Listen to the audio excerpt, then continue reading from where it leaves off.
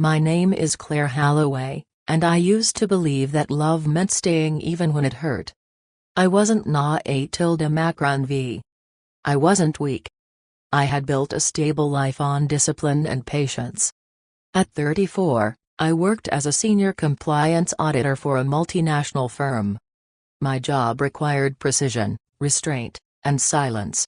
I found financial irregularities without drama. I never rushed conclusions. At home, I thought I lived by the same rules. My husband, Victor Holloway, was admired by everyone. He was articulate, intelligent, and careful with his image.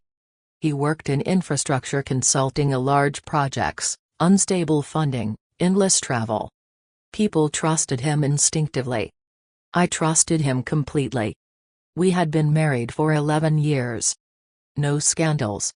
No loud fights. No obvious cracks. The night everything changed, the call came just after midnight. Victor had fallen from scaffolding at a construction site. The words spinal trauma echoed in my head as I drove to the hospital. By the time I arrived, doctors were already preparing me for a future I hadn't imagined.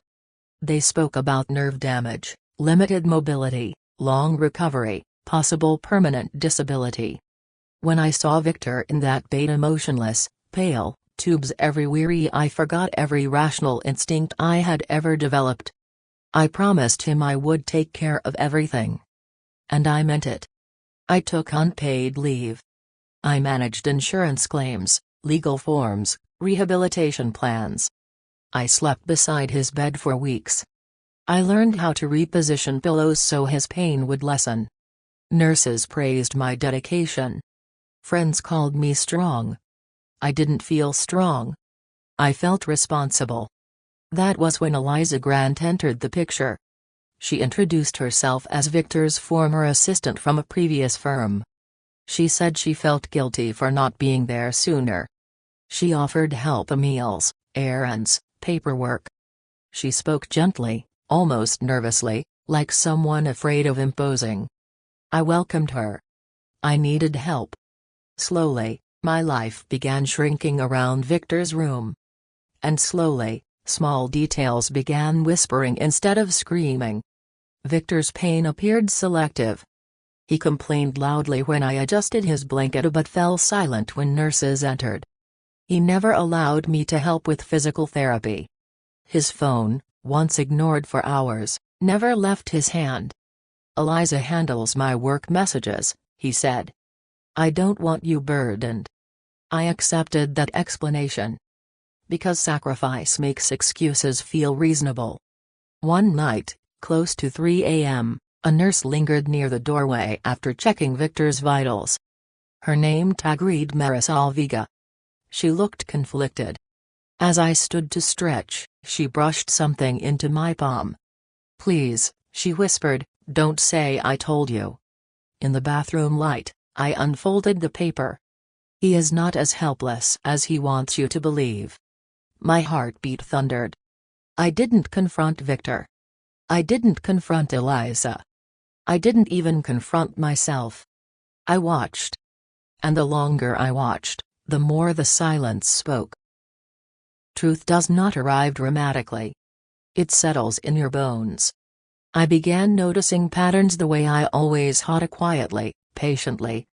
Victor's recovery stalled conveniently. Eliza's visits aligned precisely with my absences.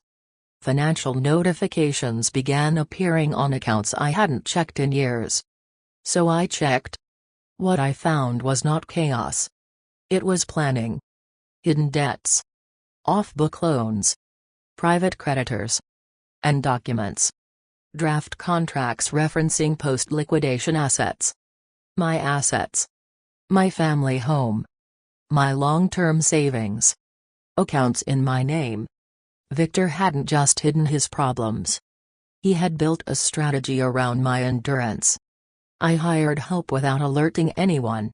A forensic tech. A private investigator. A civil litigation attorney. We worked in shadows. Hospital footage showed Victor standing alone at night. Walking. Stretching. Laughing. Audio recordings captured Eliza coaching him. Act weaker around her. She won't question it. She always stays. Messages outline timelines. Sell the house. Clear debts. Disappear. What shocked me most wasn't the betrayal. It was how calmly they discussed my destruction. So I became exactly who they expected. Exhausted. Compliant. Quiet. I told Victor I had contacted a real estate agent. I cried when I said it.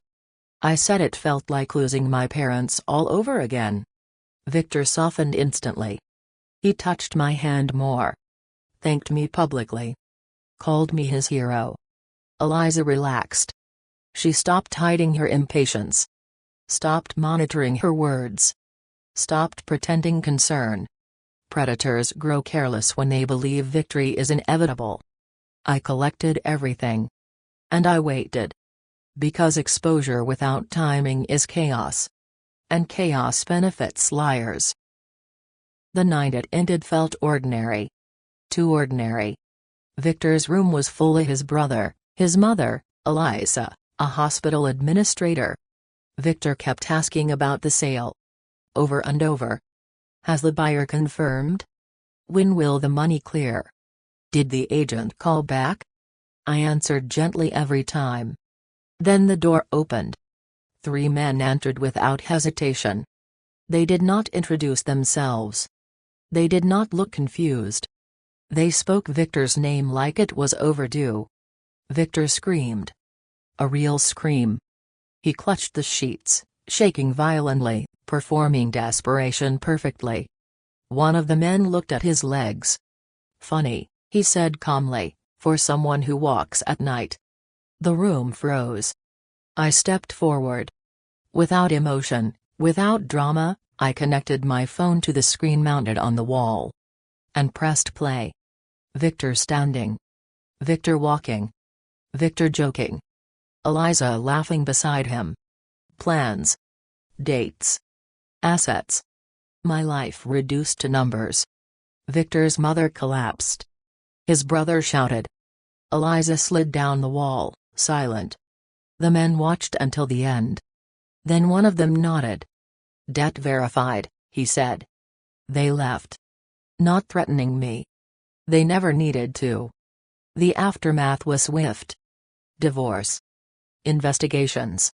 Public exposure. Victor lost his reputation. His support. His protection. Eliza vanished. I kept everything. My home. My identity. My peace. Months later, I stood alone in my kitchen, sunlight filling the room. I wasn't triumphant. I was free. This was never about revenge. It was about clarity. Because when someone builds their future on your silence, the most powerful thing you can do, broken bar, is stop being quiet.